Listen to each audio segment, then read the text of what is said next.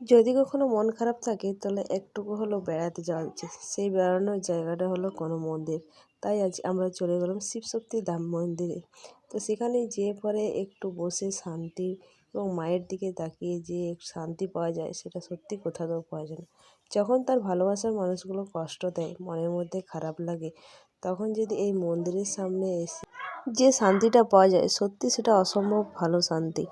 তো আজ আমরা চলে এসেছি শিবশক্তি ধ্যানের জন্য। একটু মন খুলে সেখানে বসবো এবং মায়ের মন্দিরে গিয়ে বসে সেখানে তার নয়ন দিকে তাকিয়ে নিজের নয়ন মিলিয়ে যে শান্তিটা পাওয়া যায় সেই শান্তির খোঁজে আজকে চলে আসলাম।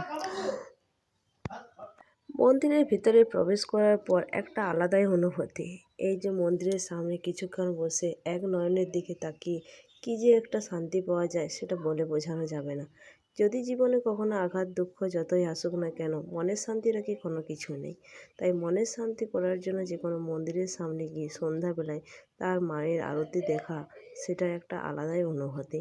তো যাই হোক, আমরা চারদিকটা মন্দিরের সামনে দেখলাম করলাম এবং এত ভালো লাগলো কিছু বলার নেই। তাই মন্দিরের সামনে এত প্রচুর ভক্তরা এসছে তাদের মনের শান্তি খুঁজে নিতে এবং মনস্কামনা পূর্ণ করার জন্য। ঈশ্বর যেন সবার মনে একটু হলেও শান্তি দেয়, কিন্তু পৃথিবীতে শান্তির চেয়ে বড় জিনিস আর কিছু হয় না। ভালোবাসা মানুষগুলো আসবে যাবে, আঘাত দেবে, দুঃখ দেবে, সুখ দুঃখ সব মিলে একটা জীবন।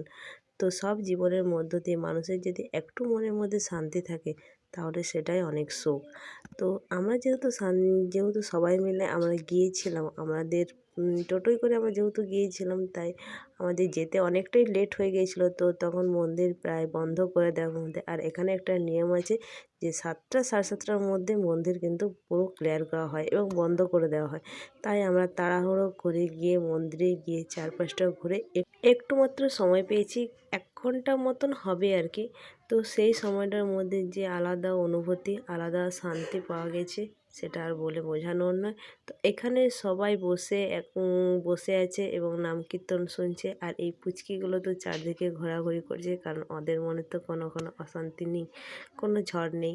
তাই ওরা নিজে মনের আনন্দে ঘুরে বেড়াচ্ছে। আর এই মন্দিরটা এত সুন্দর বানিয়েছে, এত সুন্দর কাজ, মানে সত্যি দেখেই মুগ্ধ হয়ে গেলাম। তো আমরা সবাই একসাথে ঘুরছিলাম, আর এই যে পুচকিগুলো এরা তো দৌড়াদৌড়ি করছিল।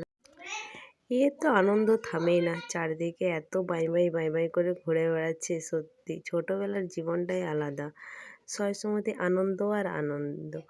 তো আমরা সবাই মিলে মন্দিরের সামনে ভালো করে দর্শন করে আমরা তাড়াতাড়ি আবার বেরিয়ে গেলাম। ওকে, বাই বাই, টাটা।